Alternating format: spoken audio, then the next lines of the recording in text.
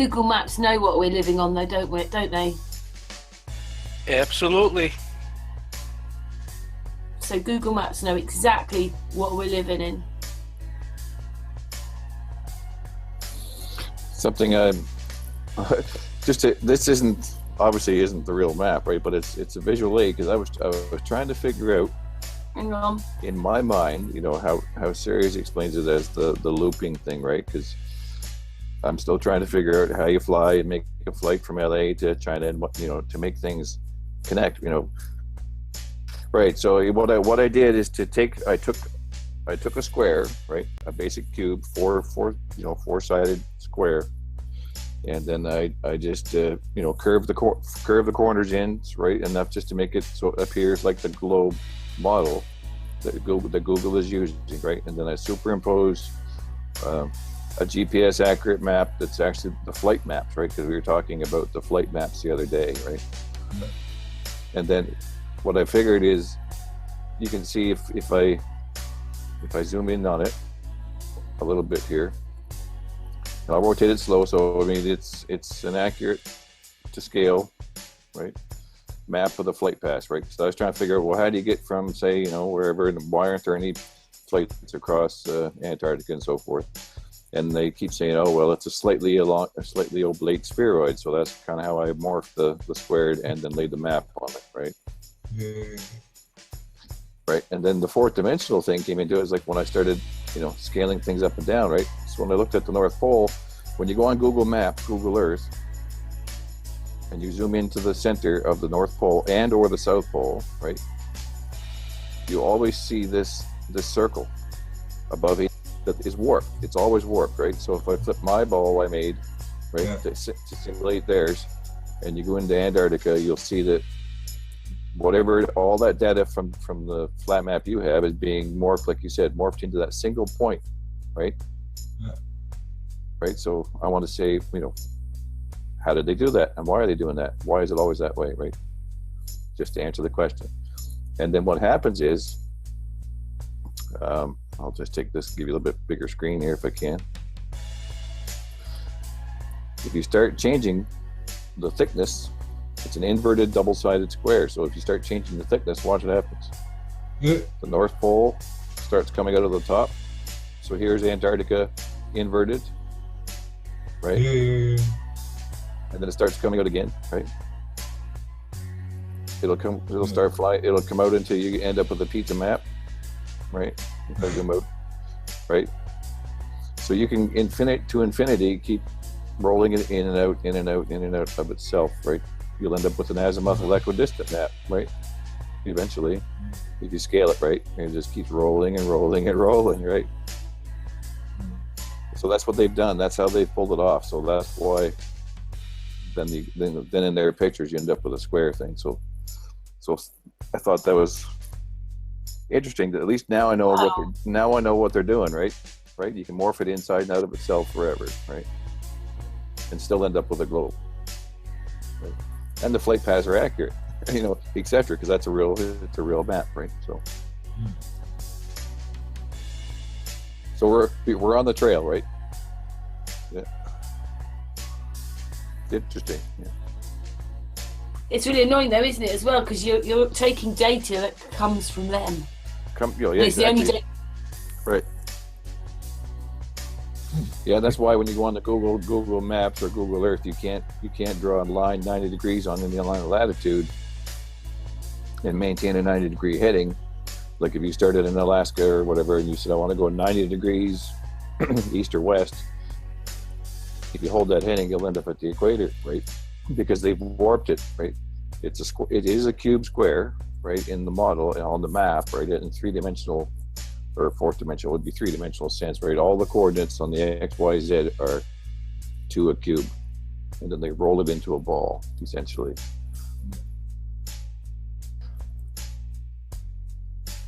And what got me onto that was I was trying to correct. This is kind of just interesting. This is I'm not trying to go for the whole Masonic thing or whatever, but I was trying to remove the curvature from the flight path, right? So if you fly from New York to Heathrow, England, right? London, England. On the maps, there's always that arching curve, right? It's and no plane would fly. You know, they would leave 45 latitude, fly up into 60 latitude, and drop back down into 45 latitude. It makes no particular sense, right? If you're pretty much running a straight line, to a degree you would, but not to the extent that they're showing. So the only way to straighten that out so that it makes sense for straight line from South America to there's straight line in any direction it's a pyramid, right? Pyramid, roll it into a ball, right? And that's what you end up with. Very strange. Yeah.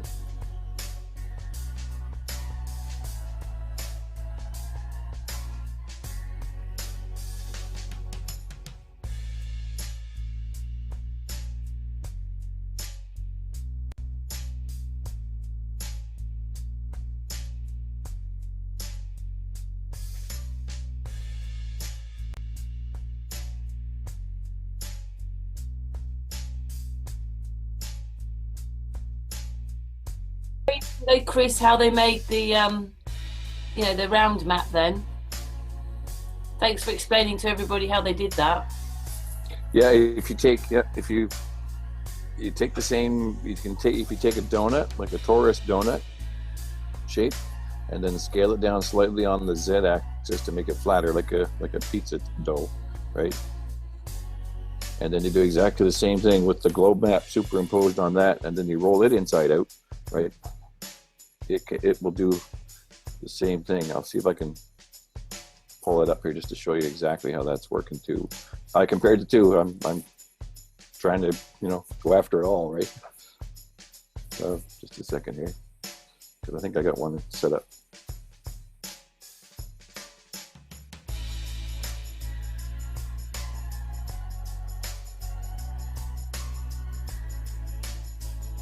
Okay, let's go screen share application window again. Try this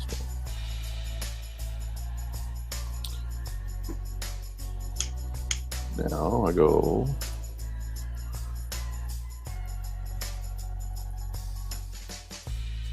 this one. Oh, as a donut. Yeah, I was going to see if I could get that one to work too. I had this working the other there last night. But then I went and changed the shape of it a little bit, but yeah, it's always the question, where is the measurable curvature? Yeah, when you go to that,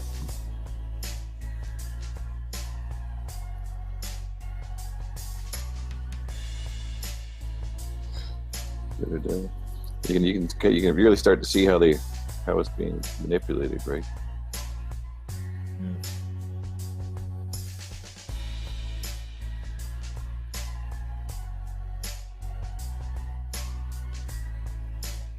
Yeah, so that's kind of, it works the same way, right? If you start rolling it out, right, you'll end up with the right there's the ice ring will start to form. You can see it. I don't have this quite perfect, but last night I had it set perfect. You just got to scale it a little bit differently, and right, scale it here, go onto the z-axis, scale it down a little bit till it's almost flat, right? Whoa. Right, scale it down, and then you can start manipulating the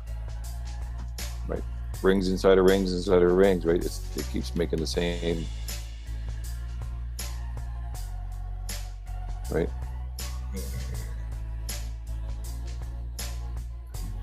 Right.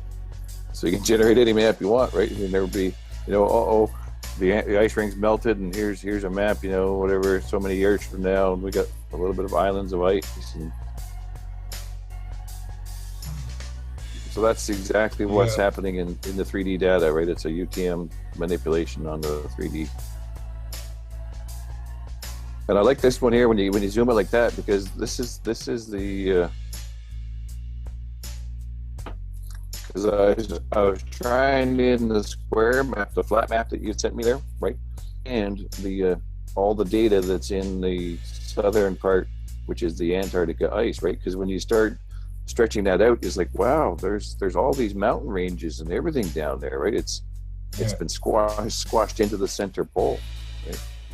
So all this white area here is actual imagery from Google Earth, right? That's exactly what it looks like when you stretch it out into a donut and then zoom into the top, right? Right. Or flight path, right? Because I'm trying to figure out the flight path, right?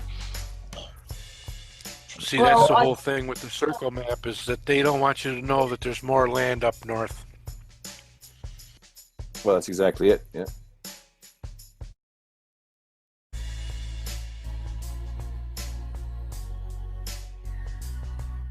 Yeah. It's really great to sort of at long last see how they managed to make the round map, though. Yep, that's exactly how they're morphing it, yeah. All that data is squashed into the poles and it warps it completely out of it. It makes no sense, but it warps it. Yeah. I hope everybody in the chat room can now see how they lied about that now. Yeah, because I can zoom in like on. Carry on. You know, you can tell that this is this. You can tell that this is the actual data right straight off of the. You know, you can zoom in right down until you see these are the mountain ranges and everything that's in there, right? Yeah, so we're trying to see. I want to, you know, once you understand what they're doing and how they're manipulating the reality, then, you know, we stand a whole lot better chance of coming up with a map, at least something that's, you know,